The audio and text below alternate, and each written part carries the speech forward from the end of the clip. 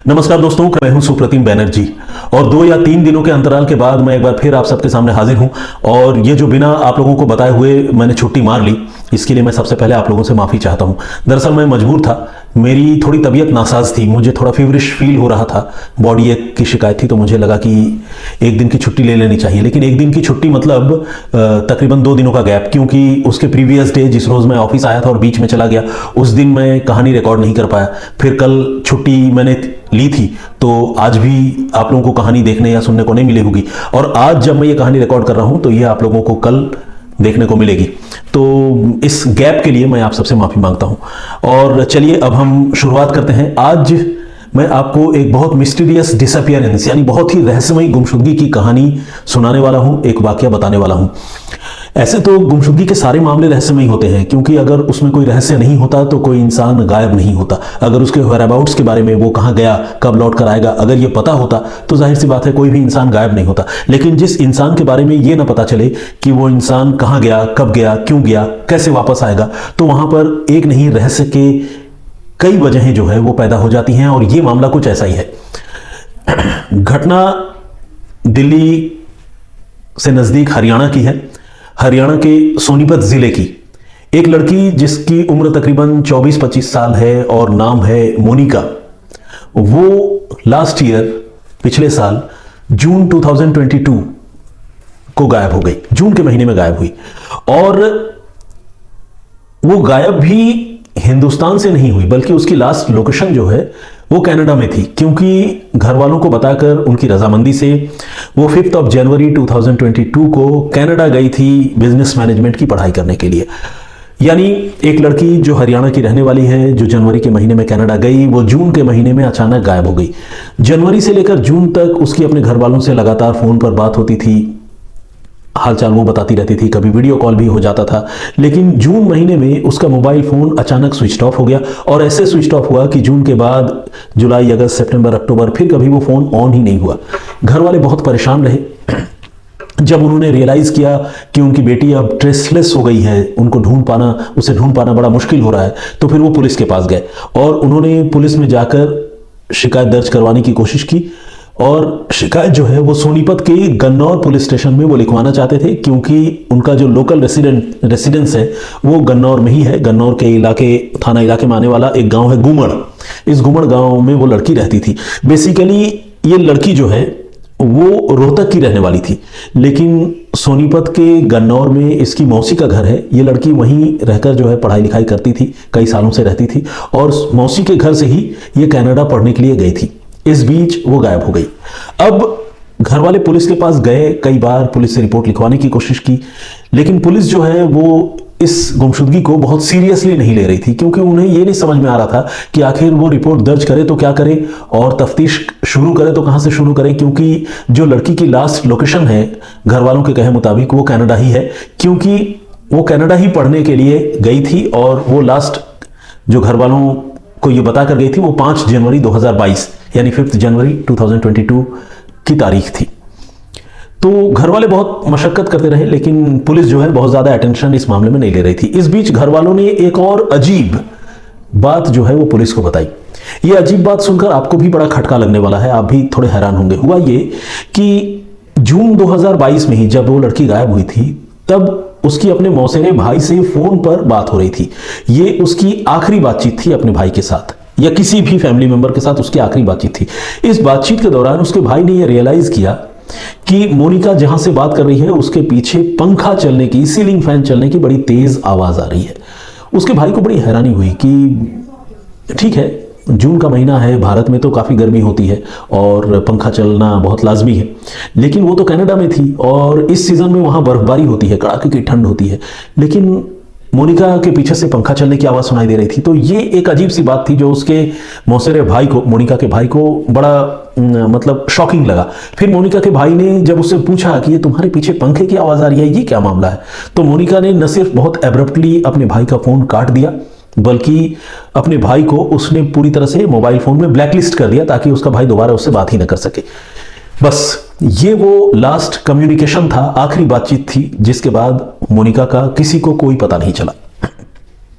और जैसा कि मैंने आपको बताया कि पुलिस जो है इस मामले को सिंसियरली इन्वेस्टिगेट नहीं कर रही थी, पुलिस लगातार जो है बहाने बना रही थी, टाल मटोल कर रही थी। तो घर वाले आखिरकार दौड़ते हुए, परेशान होते हुए एक रोज उन्होंने हरियाणा के गृह मंत्री अनिल विज इनसे मुलाकात की और गृह मंत्री ने इस मामले की जांच के लिए सीनियर ऑफिशियल्स को आदेश दिए। और आदेश देने के बाद 26 अक्टूबर 2022 जून के महीने में गायब हुई थी और 26 अक्टूबर 2022 को इस मामले में जाकर फॉर्मली एफआईआर दर्ज हुई। और जब एफआईआर दर्ज हुई और पुलिस को एक तरह से गृह मंत्री के दबाव में जांच की शुरुआत करनी पड़ी, तो पुलिस वालों ने घर वालों से पूछा कि आपको क्या लगता है कि आपकी बेटी कहां से गायब हुई, कैसे गायब हुई। तो घर वालों ने जो कहानी बताई वो कहानी सुनकर पुलिस भी कुछ देर के लिए हैरान रह गई।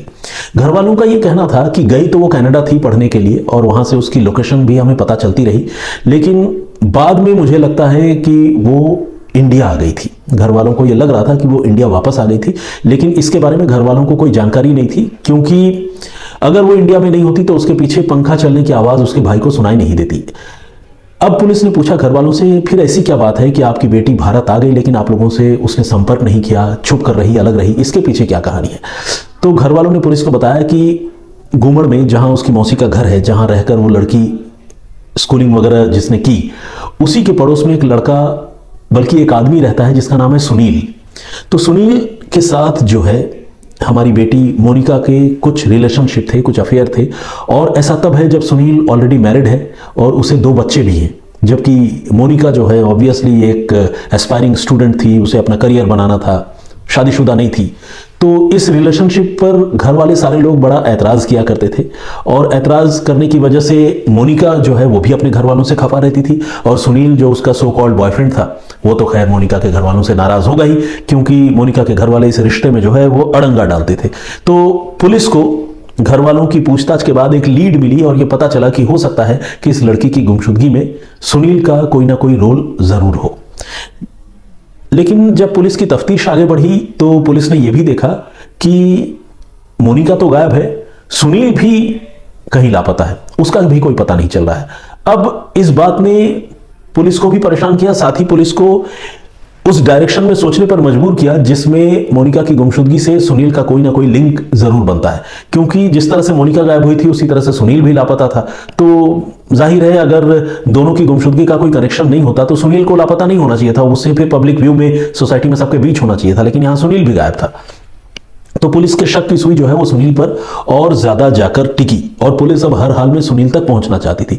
पुलिस उसके बारे में लगातार जानकारी जुटा रही थी और जानकारी जुटाने के क्रम में पुलिस को यह भी पता चला कि ये जो सुनील नाम का आदमी है, मोनिका का सो कॉल्ड बॉयफ्रेंड, वो जो है पहले भी कुछ आपराधिक गतिविधियों में शामिल रहा है। तकरीबन 7 से 8 क्रिमिनल केसेस उस पर पहले भी रजिस्टर्ड हैं। और ये जानना जो है वो जब पुलिस ने भी अपने बही खातों में सुनील का नाम देखा और उसे पता चला कि उस पर पहले भी मुकदमे दर्ज हैं, तो पुलिस को लगने लगा कि कहीं ऐसा ना हो कि लड़की की गुमशुदगी के पीछे यही सुनील 100% जिम्मेदार हो। लेकिन जब तक वो सुनील को पकड़ नहीं पाएगी तब तक वो ये पता नहीं लगा पा रही थी कि आखिर मोनिका की गुमशुदगी का रहस्य क्या है। तो इस तरह से वक्त गुजरता गया। मैंने आपको बताया कि लास्ट ईयर अक्टूबर में केस रजिस्टर हुआ था, उसके बाद से लेकर अब हम अप्रैल के महीने में हैं, अप्रैल 2023 में। अब जाकर अब से कुछ रोज पहले पुलिस ने सुनील को उत्तर प्रदेश के मुजफ्फरनगर से अरेस्ट किया और अरेस्ट करने के बाद जो कहानी सामने आई उस कहानी ने सिर्फ मोनिका के घर वालों को ही नहीं बल्कि पुलिस वालों को भी चौंका दिया। मोनिका अब इस दुनिया में नहीं रही, मोनिका का कत्ल हो चुका था। लेकिन कत्ल क्यों हुआ, कैसे हुआ, ऐसी क्या दुश्मनी थी किसी से उसकी, इन सारी बातों को सुनील ने सिलसिलेवार तरीके से पुलिस को बताया। मैं आपको कुछ बातें बताता हूं। मोनिका, जैसा कि मैंने आपको बताया कि वो 5 जनवरी 2022 को इंडिया से कनाडा गई थी वहां पढ़ाई लिखाई के लिए।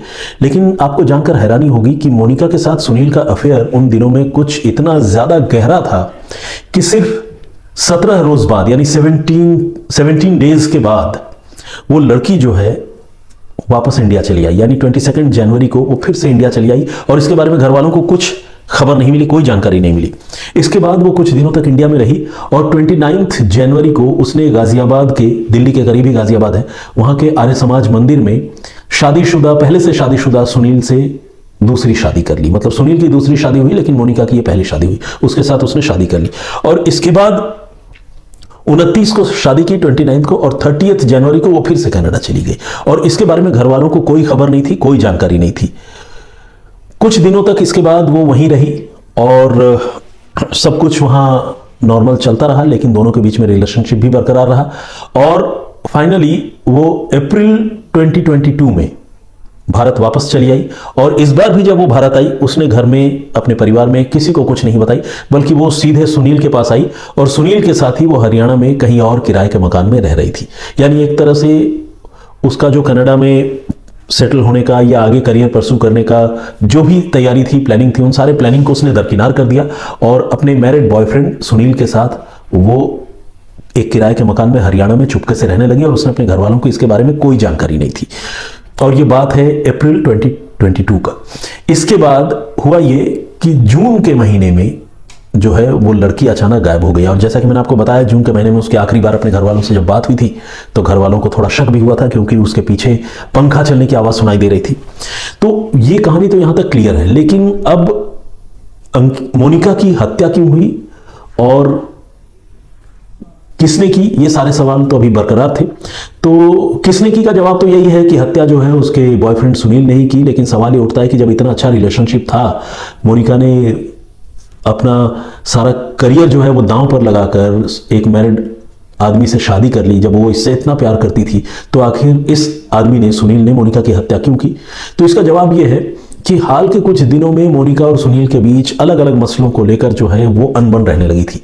यानी जब तक शादी नहीं हुई थी तब तक प्यार मोहब्बत जो है वो जितनी मजबूत थी और जिंदगी जितनी खूबसूरत लग रही थी, शादी के कुछ महीनों के बाद वो सारी खूबसूरती हवा हो गई, प्यार मोहब्बत खत्म हो गया रिश्ते से। और इसके बाद सुनील के लिए मोनिका बोझ बन गई थी। और फिर सुनील, जैसा कि मैंने आपको पहले ही बताया कि वो एक बैड कैरेक्टर का, यानी क्रिमिनल माइंड का आदमी था, क्रिमिनल माइंडेड था। 7 मुकदमे उस पर पहले ही दर्ज थे। उसने फिर तय की कि वो जो है इस मोनिका की जान ले लेगा। और इसी प्लानिंग के तहत उसने अपने एक फार्म हाउस जो सोनीपत में ही मौजूद है, जिसका नाम है गढ़ी झंझारा फार्म हाउस, इस गढ़ी झंझारा फार्म हाउस में वो एक रोज मोनिका को लेकर गया। और मोनिका को वहां लेकर जाने से पहले उसने उस फार्म हाउस के अहाते में, फार्म हाउस के प्रेमाइसिस में एक बड़ा सा गड्ढा खुदवा कर रखा था। और गड्ढा खुदवाते हुए मजदूरों से ये कहा था, ये एलिबी दी थी, ये कहानी सुनाई थी कि वो यहाँ सेप्टिक टैंक इसके नीचे लगाना चाहता है लॉन में, तो इसीलिए यहाँ गड्ढा खोद दो। तो मजदूर आए और वो गड्ढा खोद कर चले गए। और उसके बाद वो अपनी गर्लफ्रेंड की अब तो बीवी बन चुकी थी, मोनिका को वो लेकर उसी गढ़ी झंझारा फार्म हाउस में गया। और अनबन दोनों के बीच पहले ही चल रही थी। और इसी अनबन की वजह से सुनील ने बिल्कुल करीब से अपनी बीवी के सिर में गोली मार दी।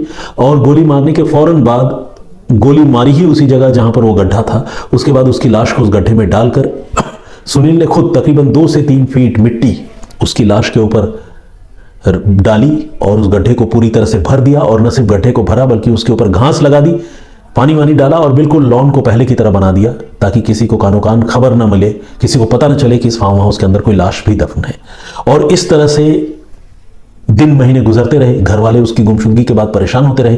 लेकिन जैसा कि मैंने आपको बताया कि पुलिस ने शुरू में इस मामले में कोई इनिशिएटिव नहीं ली, उसको ढूंढने की कोई कोशिश नहीं की। और उसका नतीजा यह हुआ कि कत्ल तो खैर पहले ही हो गया था, लेकिन लाश मिलने में और इस कहानी के खुलने में कई महीनों का वक्त लग गया। और अब सुनील की निशानदेही पर पुलिस ने गढ़ी झंझारा के उस फार्म हाउस में लॉन की खुदाई कर कंकाल में तब्दील हो चुके मोनिका की लाश बरामद करने में कामयाबी हासिल की है।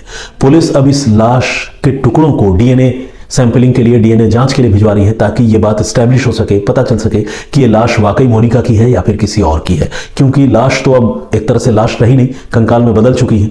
वैसे भी इतने महीनों के बाद अगर किसी की लाश जमीन से खोद कर निकाली जाए तो वो पहचानने के लायक तो किसी भी सूरत में नहीं रहती है। तो डीएनए एग्जामिनेशन ही इकलौता ऐसा जरिया है जिससे ये पता चल सकेगा कि ये लाश मोनिका की है या नहीं है। एक और बहुत चौंकाने वाली बात, एक और बहुत शॉकिंग बात इस घटनाक्रम में है, वो ये कि सुनील के साथ मोनिका का अफेयर जब शुरू हुआ था, तब पहले ये दोनों एक दूसरे को भाई बहन के तौर पर देखते थे और एक दूसरे को भाई और बहन कहकर ही पुकारते थे। और तो और अड़ोस पड़ोस में रहने वाले मोनिका और सुनील जो है वो राखी के पवित्र त्योहार में एक दूसरे को राखी बांधते थे और सुनील राखी बंधवाता भी था। लेकिन एक ऐसा रिलेशनशिप जिसमें भाई बहन का प्यार हो, उस रिलेशनशिप को इन लोगों ने कब रातों रात कलंकित करके एक दूसरे के प्यार में पड़ गए। और प्यार में सिर्फ पड़े ही नहीं बल्कि इतने आगे निकल गए कि सुनील शादीशुदा होने के बावजूद एक अनमैरिड गर्ल से, कुंवारी लड़की से उसने शादी कर ली और शादी करने के बाद भी उसे अपने साथ वो रखा नहीं और फाइनली उसकी हत्या करके उसकी लाश दफना दी। गुमशुदगी का यह रहस्यमयी मामला शायद कभी नहीं सुलझता अगर इस मामले में हरियाणा के गृह मंत्री अनिल विज ने हस्तक्षेप न किया होता। हरियाणा की पुलिस की इस मामले में आलोचना करनी होगी जिसने इस मामले की तफ्तीश में इतनी ढिलाई बरती। अगर घर वाले ये बता रहे थे कि उनको अपनी बेटी की गुमशुदगी पर शक है, और खासकर इसलिए शक है क्योंकि आखिरी बार उससे जब बातचीत हो रही थी तो उसके पीछे पंखा चलने की आवाज सुनाई दे रही थी, तो बेशक उस लड़की का मोबाइल फोन स्विच ऑफ हो गया था, लेकिन अगर पुलिस चाहती तो उसी वक्त उसकी कॉल डिटेल रिकॉर्ड यानी सीडीआर निकलवा सकती थी और यह पता कर सकती थी कि जिस नंबर से वो लड़की बात कर रही है घर वालों से, वो नंबर जो है किस जगह पर एक्टिव था। क्या वो कनाडा से बात हो रही थी या दिल्ली से बात हो रही थी या हरियाणा से बात हो रही थी। अगर पुलिस तभी चाहती तो उन्हीं दिनों में यानी जून के महीने में ही ये गुमशुदगी का मामला सुलझ सकता था। मगर हैरानी की बात यह है कि पुलिस ने उस मामले में तब कोई रुचि नहीं दिखाई, लेकिन जब बाद में पुलिस पर दबाव पड़ा और उसने तफ्तीश की तब जाकर न सिर्फ इस गुमशुदगी का बल्कि इस खतरनाक मर्डर केस का खुलासा हुआ। तो ये थी पूरी कहानी।